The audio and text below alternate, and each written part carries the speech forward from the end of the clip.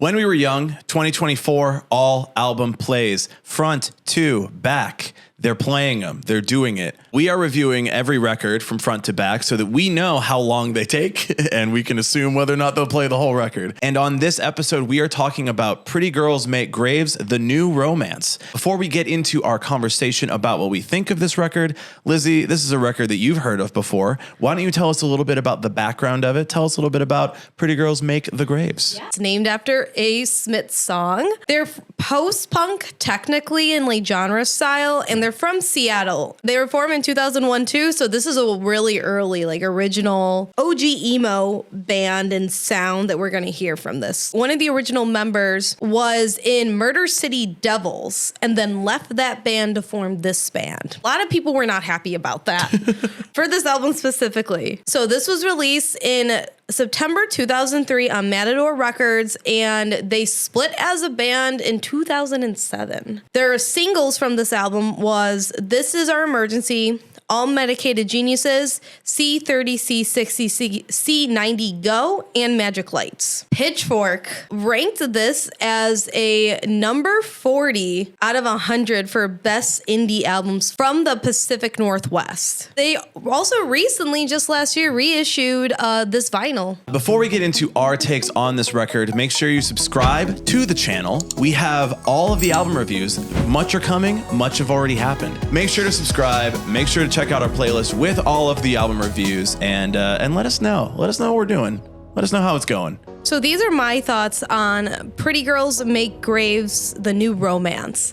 So originally I listened to this album because I was doing a review write-up for When We Were Young Fest when it was announced for Adobe Radio, and we were basically trying to pitch bands that obviously people would know, and then also bands that maybe we were like, who is this? Like, let's figure it out. So especially in the whole midst of there's not enough women on the lineup at that point. So when I searched this band, because again, it's a very cute name. I love that.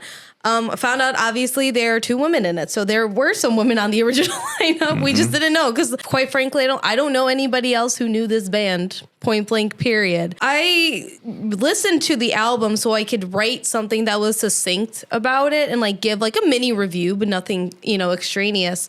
And I really like this because if you made me listen to it, I didn't know who it was. I didn't know when it came out. I would think that this is like a recent indie release because this very much sounds like modern, like post-punk, indie punk, which I thoroughly enjoy and I really love. I always listen to that type of stuff as well. So I think that this is an album that was kind of ahead of its time, and maybe that's why it didn't hit as much. So I find it really interesting, and I really enjoyed this album, and I'm glad because they had a cute name. All right, so my top songs for Pretty Girls Make Graves, The New Romance. Okay, so I picked these before I knew what the singles were. Mm-hmm. So C30, C60, C90 Go. I really liked it because it sounds very like original Riot Girls sounding.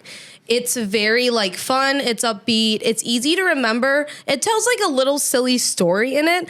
They have this vintage sound to it that sounds like it was recorded in like the mid 90s. And I really like that. So that was one that I really, really liked and enjoyed. And I thought once it got further down in the album, they decided to throw in these little like experimental tidbits that were still similar to everything else that was on the album. They were able to like kind of do it more confidently, and you can tell that they really enjoyed that part of it. A Certain Cemetery, it's a long song, but I like the theatrical vibe that comes from it.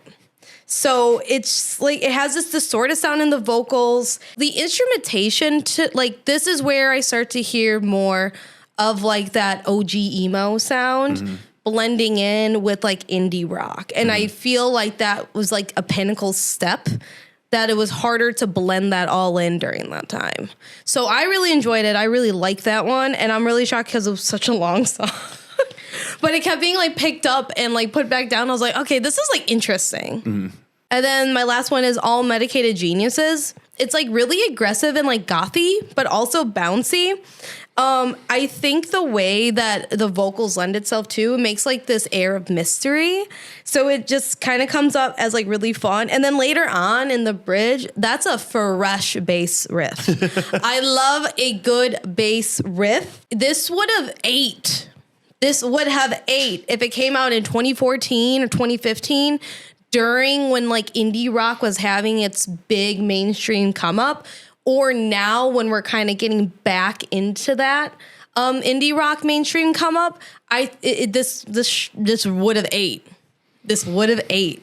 For my least favorite tracks from The New Romance by Pretty Girls Make Graves, I really didn't have any. I really enjoyed this album. Again, I really like this type of sound. It's just kind of long lasting, no matter what band it is, if they do it right. And I think that they did it very, very correctly.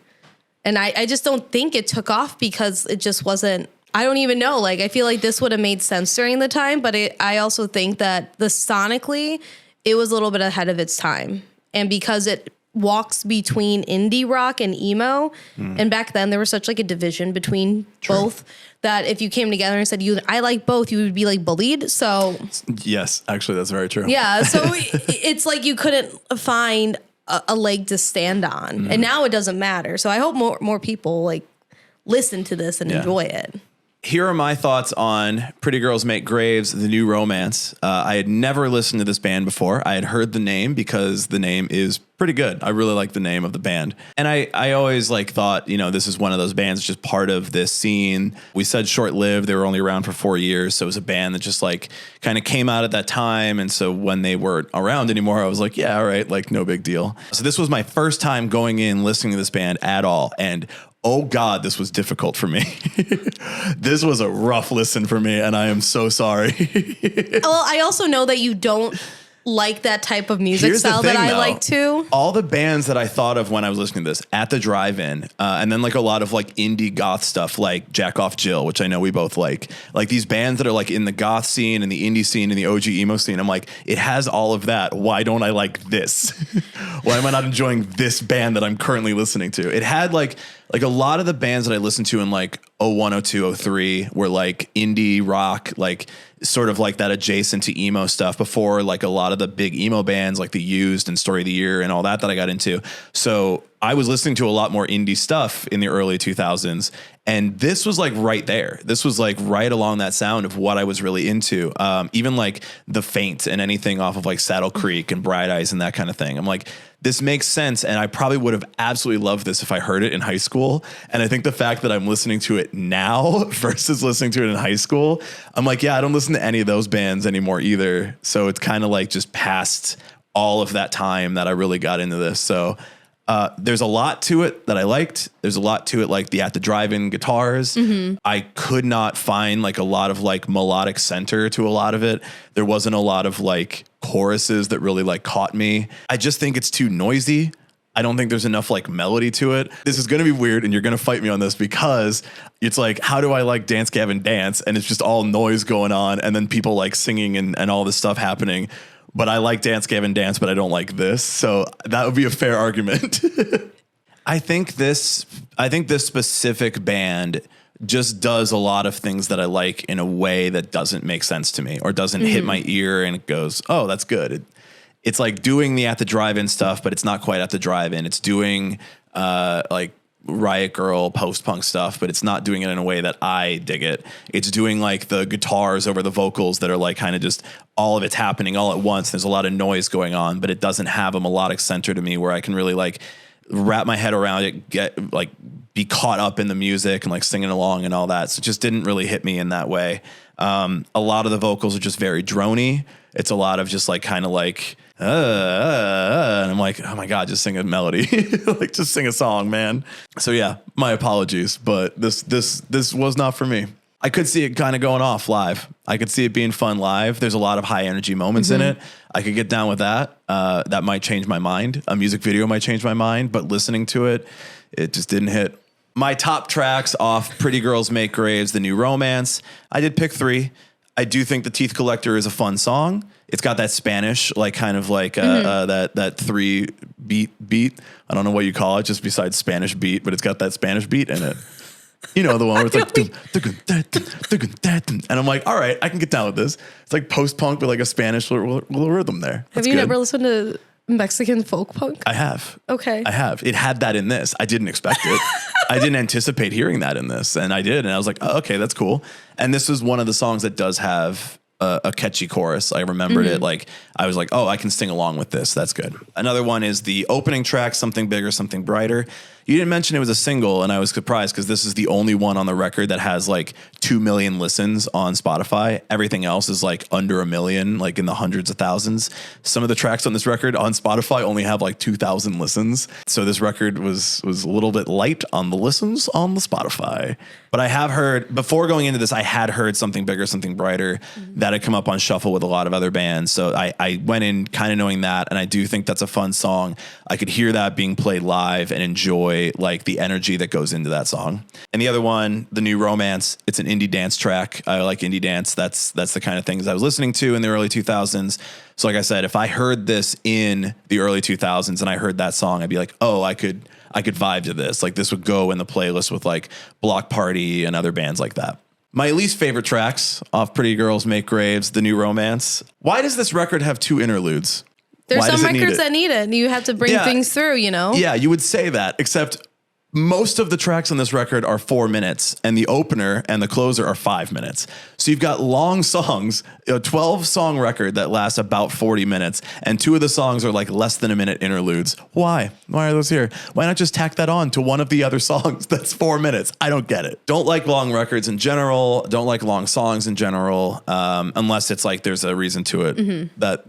Don't clip that out of context. It's going to come back to bite me in the ass when we get to Coheed. And no, incorrect. But I think that some of the songs just end up being a lot more instrumental long versus like there's a lot going on in it and there's a lot of movements and a lot going on. It's like, no, the guitarist just is doing another like riff here. And sometimes that's good. But in this case, because I felt like it was so noisy and there wasn't a lot of vocals to it, a lot of songs have the same similar idea to it where the guitar is just going to go crazy here. And I'm like, okay, but we haven't even done a chorus yet, it sounds like. I don't know if I had like a specific one where I'm like, this one is a bigger issue than any of the other ones.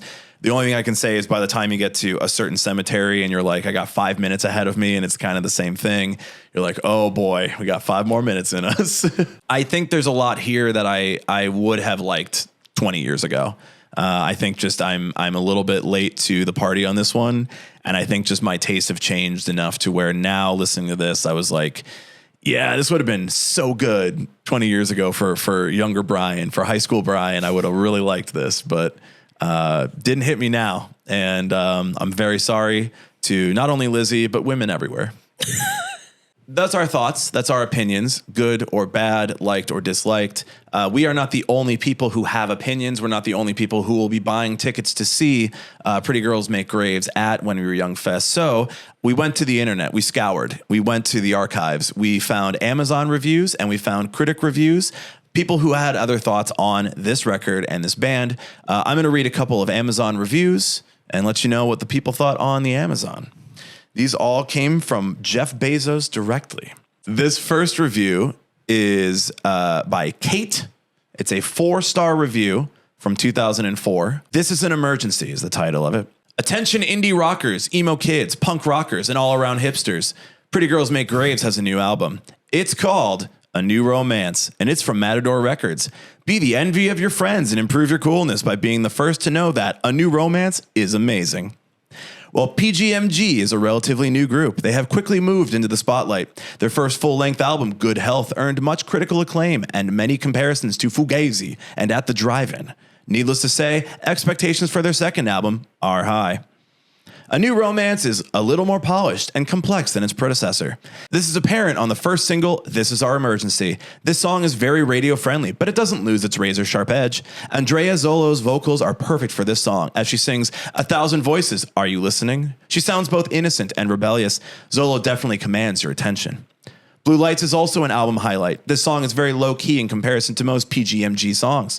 It mostly features Zolo's intense vocals combined with Derek Fudesco's driving bass line. The result is quiet, but also stylized and pulsating. It shows that PGMG are growing musically, but haven't forgotten their punk roots. On A New Romance, Pretty Girls explore slightly different sound and grew as musicians. However, they have not forgotten their core sound. While this album is moodier than Good Health, it has the same fearless sense of fun.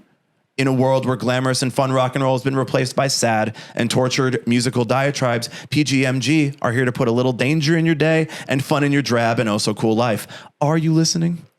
I hope that person became a music writer with their word salad. They had great word salad.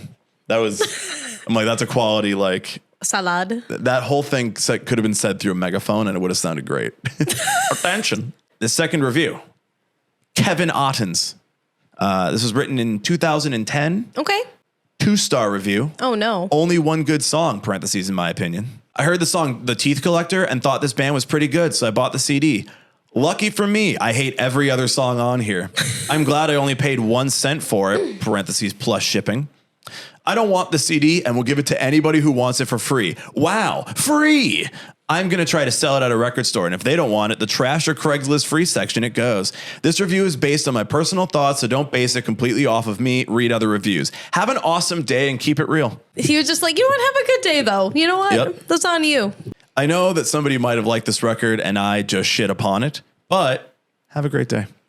You know, and that's what makes it nicer. Thanks, man.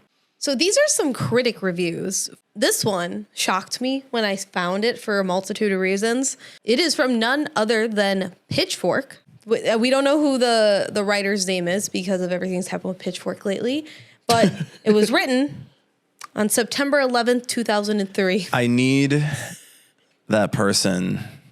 Please come forward. To never forget. Never forget in your heart. Because Pitchfork has. Never forget that this person wrote the review that day. And now, what do you think that Pitchfork gave it out of 10? I would probably go with like 7 something because I do feel like this is a Pitchfork style record. Okay. Well, like 2. Well, you're close. Okay. 8.3 out of 10. Yeah. I bet this sounds like a Pitchfork band. This sounds like something that Pitchfork would be into. Absolutely. The album exists in that scarcely inhabited rock and roll world where technical prowess coexists peacefully with clear and simple songcraft, the former never foregoing the latter. The New Romance is immediately impressive and gratifying each subsequent listen, unearthing an increasing number of underlying subtleties. Each of Pretty Girls Make Graves' members have contributed 110% here, and their ambitious zeal, coupled with their remarkable technical depth, has made for an utterly breathtaking full length. One could almost analyze the New Romance's many layers to the death if the desire to air guitar wasn't so damn distracting. Okay. You're just doing this the whole time. Yeah. Pitchfork said it's a certifiable hit. Interesting. And yet at the same time, expected. That was our thoughts. That was their thoughts. That was our thoughts. And that was the thoughts. But the most important question we have to answer now is, should you see this record at When We Were Young Fest 2024? I definitely will. I think also, too, if they did a tour, they are playing one show in Seattle, like a one-off show this year.